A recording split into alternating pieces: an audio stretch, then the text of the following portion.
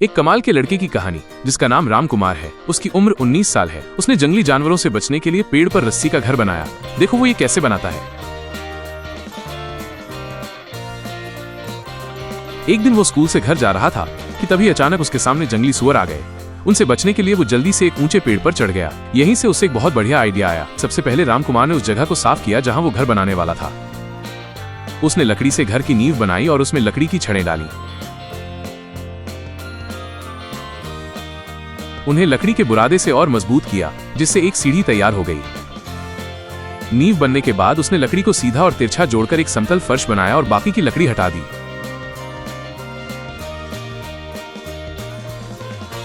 फर्श बनाने के बाद राम कुमार ने खूब सारी मजबूत रस्सियां इकट्ठा की।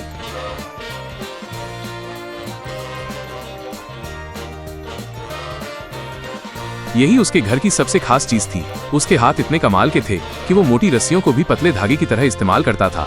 उसने लगातार ऊपर नीचे बुनाई करके एक बहुत ही मजबूत ढांचा तैयार किया।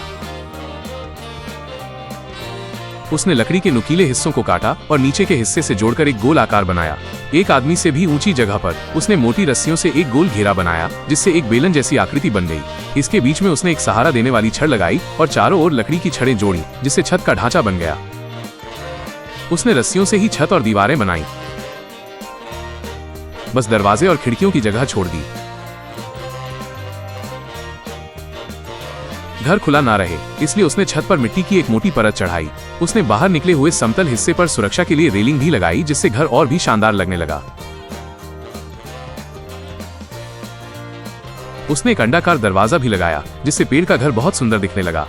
फिर राम कुमार ने लकड़ी के एक टुकड़े को छीलकर एक चूल्हा बनाया, जिसके अंदर मिट्टी की परत लगाई।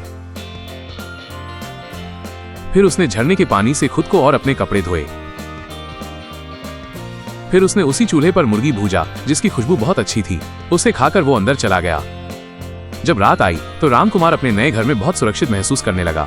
पास में भेड़ियों के चिल्लाने पर भी वो आराम से सो गया। फिर जब सुबह ही तो उसने जंगली फलों से मीठे नाश्ते किए और जंगल से घास काटकर छत पर बिछाने लगा, जिससे घर और भी खूबसूरत लगने लगा। उसने दीवारों पर भी मिट्टी लगाई और उसे इतना चिकना बनाया कि घर में हवा बिल्कुल न जाए। फिर उसने बांस को टुकड़ों में तोड़ा और जमीन पर एक गोल घेरा बनाया। फिर रस्सियों को आड़ा तिरछा बुनकर एक बांस का पिंजरा बनाया। चूंकि वो कारीगर परिवार से था, इसलिए उसके लिए मछली पकड़ने के कई पिंजरे बनाना बहुत आसान था। उसने बची हुई सामग्री से एक छोटी बांस की टोकरी भी बुनी। उसने नदी से कीड़े पकड़े और पिंजरा लगाया, जिससे वो रोज ताजी मछली खा सकता था। इंजीनियरिंग में टॉप करने की वजह से राम कुमार ने कई तरह के पेड़ वाले घर मतलब ट्री हाउस भी देखे थे। उसने पेड़ पर बांस काट के सीढ़ी बना दिया। अपने पुरखों की कला का इस्तेमाल करके उसने 2 शाखा स्टैंड बनाया और उन्हें पेड़ पर मजबूती से जमाया। सही माप लेकर उसने एक बैठने के लिए कुर्सी बनाया। फिर जब वो अपने जाल को देखने गया तो उसने बहुत सारी मछली फंस गई। फिर उसने मछली पका के खाया।